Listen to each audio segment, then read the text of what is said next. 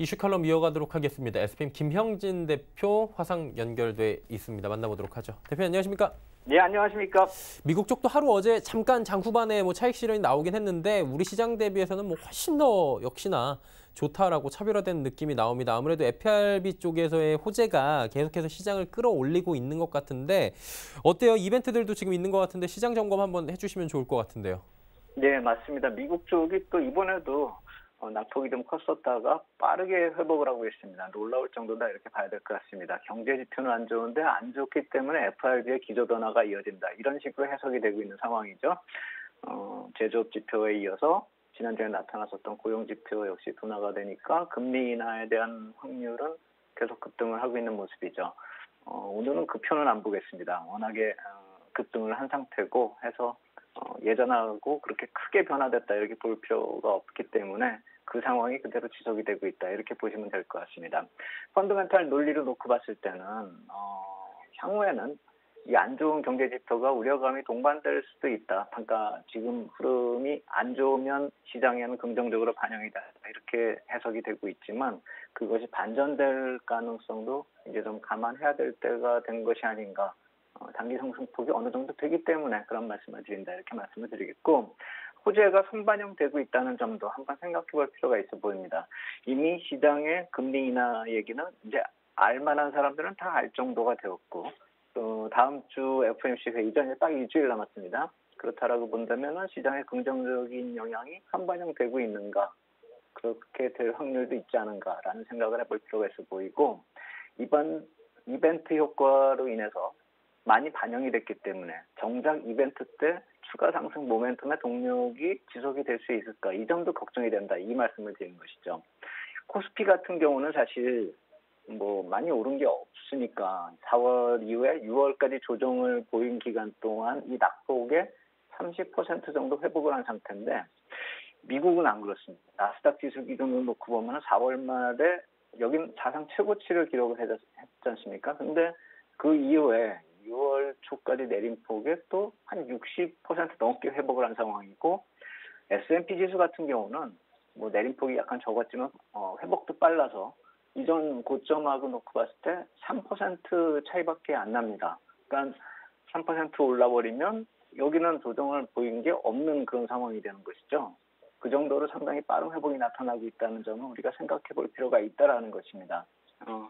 그리고 이제 이번 주에 시각을 좀 이번 주로 우리 쪽을 돌려본다라고 한다면은 우리 시장 쪽에 이제 내일이죠. 선물옵션 동시 만기 이벤트가 있는데 동시 만기일은 이제 그 당일날 어떤 일이 벌어지나 이것도 중요하지만 그 이전에 포지션하고 누적됐었던 그런 프로그램 잔고 같은 것이 어느 정도 총산이 되면서 시점상으로 분기점 역할을 했었던 적이 많았기 때문에 이번에도 그런 분기점이 그러니까 여기서 반전이 돼서 하락 폭락을 한다 이런 얘기가 아니라 추가 상승을 더 탄력적으로 보일 것인지 박스권 시세로 머무를 것인지 그러한 모습이 또 내일 분기점이 되는 것이 아닌가 한번 생각해 볼 필요가 있겠다 이렇게 말씀을 드리겠습니다. 자연스럽게 분기점 선물 옵션 만기일 이야기를 해주셨으니까 이 부분 바로 넘어가 보도록 하겠습니다. 내일이잖아요. 예, 근데 사실 지난번에도 그렇고 당일 움직임 특히 동시호가 쪽에서의 갑자기 수급이 바뀌는 듯한 모습들이 나타났기 때문에 오늘 거래량 그렇게 많지가 않고 좀 약간 경계감이 나오고 있거든요. 내일 변곡점이 될 수도 있고 분기점이라고 말씀하셨는데 구체적으로 좀 어떤 시나리오가 나올 수 있나요?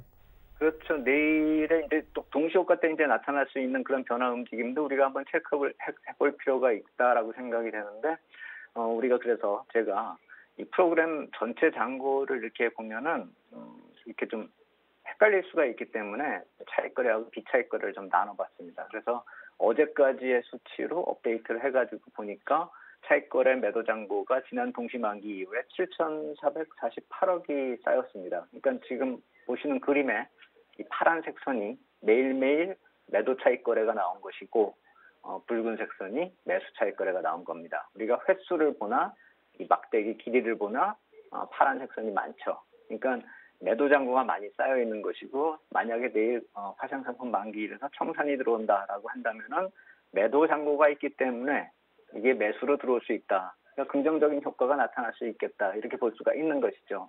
하지만 이게 지난 월물에서 롤오버 돼서 넘어온 것도 있을 것이고 뭐 기존의 매수가 청산이 된 것도 있을 것이고 저 중에서 롤오버 넘어가는 것이 또 있을 것이다. 이런 점을 감안한다면은 저 자체가 모든 매수세로 잠재하고 있는 매수세다. 이렇게 보기는 힘들죠. 그래서 전체적으로 3월 만기 이후에 지금 청산돼야 될 매물이 거의 없는 상태다. 오히려 매수 쪽으로 들어올 가능성이 있다. 이 정도로 해석하면 되는 것이지 7천억이 내일 모두 다 매수가 들어온다. 이렇게 보기는 힘들겠죠. 보통 저렇게 잔고가 있으면은 옵션 만기 한 달에 한 번씩 돌아오는 그 경우에는 한 절반 이하로 청산이 되는 경우가 많고 이렇게 동시만기에서는 한 절반 이상 많으면 뭐 한 70%까지도 청산이 되는 경우가 있었다는 과거 사례들을 생각을 해본다면은 좀 긍정적인 영향도 있을 것이다. 이렇게 보시는 게 맞겠습니다. 그거는 차익거래 쪽은 이제 스프레드 쪽을 내일 장중에 좀 보시면서 계속 관찰을 좀 해볼 필요가 있겠다. 그리고 내일 긍정적인 효과가 아니라 저게 다 롤오버 된다 하더라도 뭐 매도로 나와야 될 물량이 아니라 매수로 들어올 잔고들이 넘어간다라는 점에서 본다면 향후 영향이 그렇게 부정적이지는 않을 것이다. 이렇게 볼 필요가 있어 보이고요. 그다음에 비차익거래 쪽을 보시면 이쪽은 3조 3,770억 매수가 어제까지 집계를 해보니까 지난 만기 이후에 그렇게 쌓여 있습니다. 이쪽 그래프도 따로 이렇게 띄어서 만들어 봤는데 이쪽은 그냥 시황을 반영한다 이렇게 보시면 됩니다. 저게 3월 이후로 매수가 계속 들어온 것이 빨간 쪽의 매수로 표시가 된 것이고요. 5월에는 계속 조정을 보였는데 그때는 사실 이제 보통 이런 비차익 거래가 패시브 자금 매수 매도를 반영하는 그런 모습이다 이렇게 놓고 봤을 때 파란색 선은 외국인 매도나 국내 쪽의 펀드 이탈 이렇게 해석을 하시면 되겠고 최근에 다시 빨갛게 나오고 있는 거는 6월에 들어서면서 반등을 하면서 패시브 자금의 유입 이렇게 해석을 하시면 될 것입니다. 특히나 최근에 비차익 거래 매수 쪽에서 큰 비중을 차지하는 게 우리 연기금 쪽이다 이런 점을 생각을 해본다면 이쪽에 비차익 거래가 많다, 누적이 돼 있다라고 하더라도 연기금에서 만기일날 청산하면서 매도를 쏟아낼 확률은 거의 없다라는 점을 생각해 봤을 때 이쪽은 부담이 되지 않을 것이다. 이렇게 보시면 될 것 같고 보통 또 누적 포지션, 이 외에 이제 누적 포지션을 놓고 봤을 때 외국인 쪽에서 매도 물량이 좀 많으면은 좀 걱정이 되지 않느냐 이렇게 생각이 될 수도 있는데 이거 역시 어제 날짜로 다시 집계를 해보니까 지난주까지 한 2만 5천 계약 정도 쌓아놓고 미니 선물 12만 계약 정도 쌓아놨었던 매도 잔고가 어제까지로 한 18,000 계약 정도로 줄어들고 미니 선물도 좀 줄어드는 그런 추세이기 때문에 급격한 시황이 악화되면서 4월물 스프레드도 악화되고 그래서 비차익 매도가 좀 나오기도 하고 그리고 차익거래 청산은 모두 다 동시 만기 이후로 넘어간다. 이렇게 되면 최악의 케이스가 되겠지만 지금 하루 뒤에 뭐 시황이 그렇게 급격히 악화될 상황은 아니다는 점에서 놓고 본다면은 내일 같은 경우는 긍정적인 효과가 나타날 것이다. 이렇게 보시는 게 맞겠다. 이렇게 말씀을 드리겠습니다. 한마디로 당장 내일인데 어마어마한 변수만 나타나지 않는다면 지금 통계적으로 나와 있는 자료를 볼 때 차익거래, 비차익거래 물량들을 볼 때 청산이 아무리 되더라도 큰 문제가 발생할 확률은 극히 적다라고 정리가 됐습니다. 한마디로 지금 부정적인 기류보다는 긍정적인 기류가 조금 더 많게 볼 수 있는 확률적으로 볼 때 그런 이유가 될 수 있을 것 같은데 어때요? FOMC까지 지나고 나면 조금 더 시장이 좀 돌지 않을까 서머 랠리에 대한 기대감도 조금씩 나오는 것 같은데 어떻게 보세요? 저도 이제 그런 점을 생각을 해보고 싶습니다. 만약에 진짜 아까 말씀드렸듯이 미국이 조금만 더 올라가 버리면 이건 뭐 사상 최고치 랠리를 막 보인다 뭐 이런 식이 돼버리면 서머 랠리로 이어질 수도 있겠죠. 그리고 특히나 뭐 정책적인 효과가 뒷받침이 돼준다면요.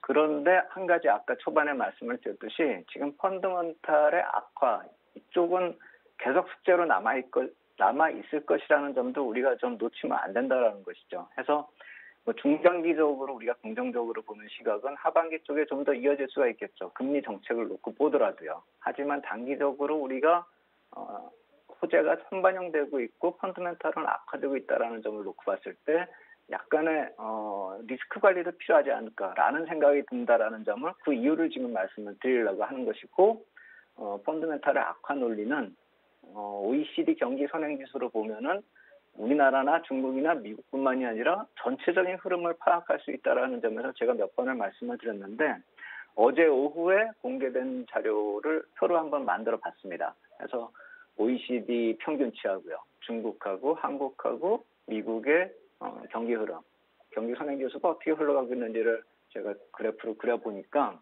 OECD 경기 평균치는 둔화가 계속 지속이 되고 있습니다. 그러니까 그것이 지금 그림의 보라색 선 아래에서 그 중간 부분의 아래에서 두 번째 선 이걸 보시면 되겠고 미국 같은 경우는 녹색 선 중간 부분에서 제일 아래쪽 선 이렇게 보시면 되겠고 중국 같은 경우는 푸른색 선으로 제일 오른쪽에서 끝에서 좀 돌아서고 있는 듯한 그러니까 남들은 다 안 좋은데 중국은 약간 좀 반등을 하는 왜냐하면 가장 많이 둔화되는 그런 아래까지 내려왔기 때문에 지금 돌아서고 있는 모습이 나타나고 있다. 그리고 한국 같은 경우는 제일 위에서 핑크색으로 지속적으로 하락하는 모습이 좀 나타나고 있죠.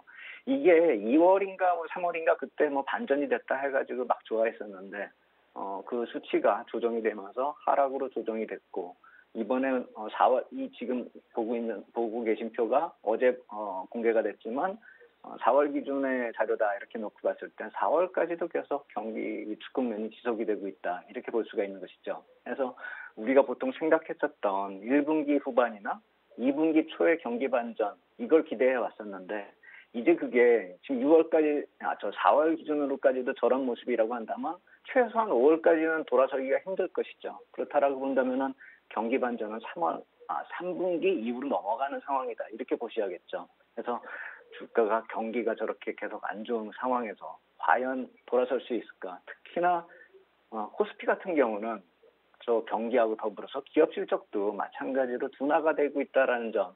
그러면 경기도 안 좋고 기업 실적도 안 좋은데 돌아설 수 있을까? 이런 걱정을 하게 만드는 것이죠.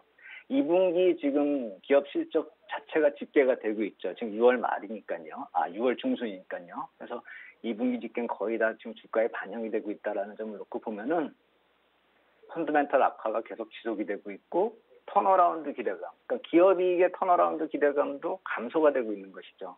그렇기 때문에 우리 시장 쪽으로는 특히나 정책적 효과가 약화되고 있다는 점에서 좀 2분기 기업 이익을 감안했을 때 경기도 안 좋다라는 점을 감안하면 이중고를 겪지 않을까라는 생각이 든다 이 말씀을 드리는 것이고 금리 인하에 대한 영향력에 대해서도 아까 초반에 말씀을 드렸지만 내년까지 급격한 금리 인하가 되는 것이 이미 반영이 되고 있습니다. 내년에 금리 동결될 확률이 거의 제로입니다. 지금 수치상으로 확인을 해보면요. 그리고 보통 50bp 이상의 인하가 확률이 한 70%씩 되기 때문에 이게 시장에 지금 반영이 되고 있는 것이죠. 그런데 최근에 보면은 이 금리 인하 확률이 막 급등하고 있는 그런 모습이 어떤 경제 지표가 발표될 때마다 급등을 하고 있습니다. 그러니까 예전에는 무역 분쟁이 생겨가지고 막 우려감이 생기면은 금리 인하 확률이 높아지는 그런 모습이었는데 이젠 그게 아니라는 것이죠. 그러니까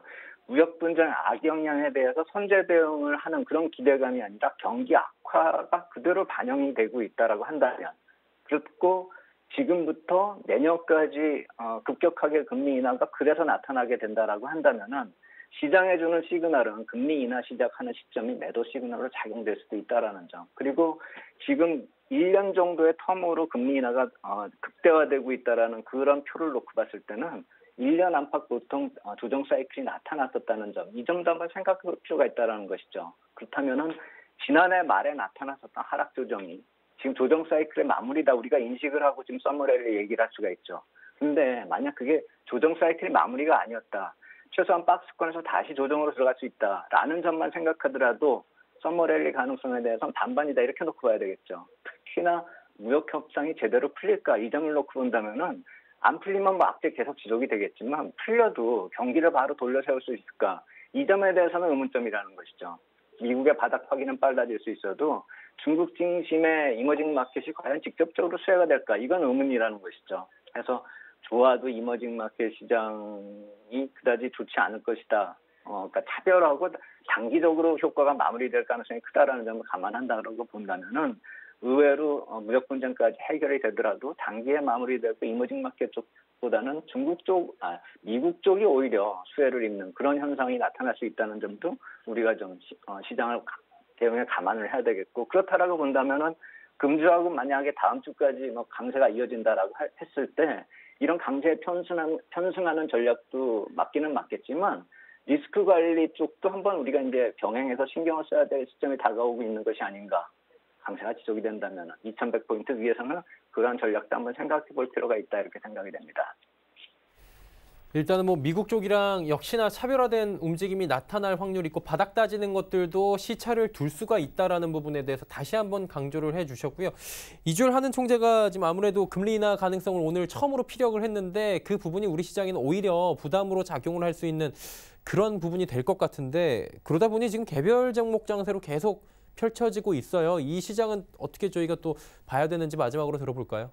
그렇죠. 이제 그러한 얘기도 나오고 하는데 우리 같은 경우에 금리 정책이 너무 좀 한 템포 늦는 시점이 있었고 그렇게 파급 효과가 크지 않다라는 점 한번 생각을 해본다면 미국보다 큰 기대를 하기는 어려울 것이다 이렇게 생각이 되고 현재 나타나는 주가를 보더라도 그렇습니다. 지금 프리어닝 시즌으로 들어서고 있기 때문에 점검을 해본다라고 한다면 60일 신고가 종목에서 어떤 일관성을 찾기가 힘듭니다.